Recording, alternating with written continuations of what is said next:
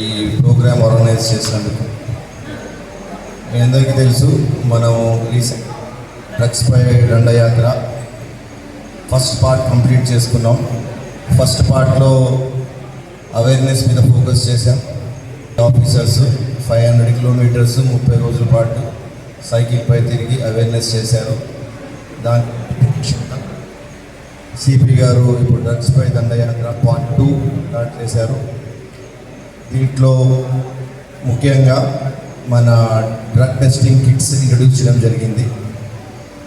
So ఈ drug testing కిట్స్లో ముందుగా ఎప్పుడైనా డ్రగ్ యూజ్ చేసినా, ఏ డ్రగ్స్ వాడినా 6 నెలల వరకు మీరు ఏది వాడినా ఆ డ్రగ్స్లో టెస్ట్లో తెలుస్తుంది. సో మీరు దీన్ని ఒక అవకాశంగా తీసుకోండి. ఫస్ట్ టైం ఎవరైనా పాజిటివ్ వస్తే వాళ్ళకు ఒక అవకాశం ఇచ్చి వాళ్ళకి రిహాబిలిటేషన్ సెంటర్ పంపించడం జరుగుతుంది. అదేవిధంగా వాళ్ళకి ఏమైనా ఆర్థికంగా సహాయం కావాలన్నా, ఏదైనా ఉద్యోగం అన్నా, లేకపోతే చిన్నపాటి లోన్ అన్నా దాన్ని కూడా హెల్ప్ చేయడం జరుగుతుంది. సో మీరు దీన్ని ఒక ఆపర్చునిటీగా తీసుకుంటే మీ జీవితం ఒక మంచి దారి పడుతుంది. అది మళ్ళీ ఫస్ట్ టైం పాజిటివ్ వచ్చిన వాళ్ళు మళ్ళీ రెండోసారి కూడా టెస్ట్ చేయడం జరుగుతుంది. రిపీట్ అఫెండర్స్ ఎవరైతే ఉంటారో వాళ్ళ మీద కఠినమైన చర్య తీసుకొని PNDPS యాక్ట్ కేసు పెట్టి వాళ్ళని రూపాయలు రిమాండ్ పెట్టడం జరుగుతుంది. సో దీన్ని ఒక అవకాశంగా తీసుకుంటారో లేకపోతే మీరు దీనివల్ల మళ్ళీ జైలుకి వెళ్తారో మీరు ఆలోచించుకోవాలి. సో మీ అందరికీ ఆల్రెడీ షీట్స్ ఉన్నాయి. సో మీరు మంచి బిహేవియర్ చేసి రిహాబిలిటేషన్కి వెళ్ళి ఒకవేళ మానుకుంటే ఇది ఒక మీకు మంచి అవకాశం.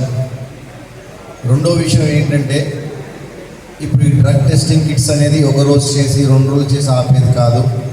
ఇది మన ఎన్టీఆర్ జిల్లా కమిషనరేట్ పరిధిలో ఇది ఒక ప్యాటర్న్ అయిపోయింది. ఇప్పుడు నైట్ వెహికల్ చెకింగ్ అయినా, నైట్ రౌండ్స్ అయినా, ఎలా అయితే డ్రంక్ అండ్ డ్రైవ్ చెకింగ్ జరుగుతుందో అదేవిధంగా ర్యాండమ్గా ఈ డ్రగ్ టెస్ట్ చేయడం జరుగుతుంది.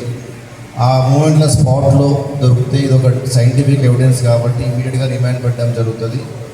సో మా రిక్వెస్ట్ ఏంటంటే మీడియా ద్వారా ఈ మెసేజ్ అందరికీ వెళ్ళాలి. ఎలా అయితే డ్రంక్ అండ్ డ్రైవింగ్ టెస్ట్ జరుగుతుందో అదేవిధంగా ర్యాండమ్గా నైట్ చెకింగ్స్లా, నాకాబందీలా ఎనీ టైం విజయవాడ సిటీ లిమిట్స్లో ఈ డ్రగ్ కిట్స్ కూడా ప్రతి ఒక్క స్టేషన్కి, ప్రతి ఒక్క నైట్ రౌండ్స్ ఆఫీసర్కి, పెట్రోల్ కార్స్ కూడా ఇవ్వడం జరిగింది.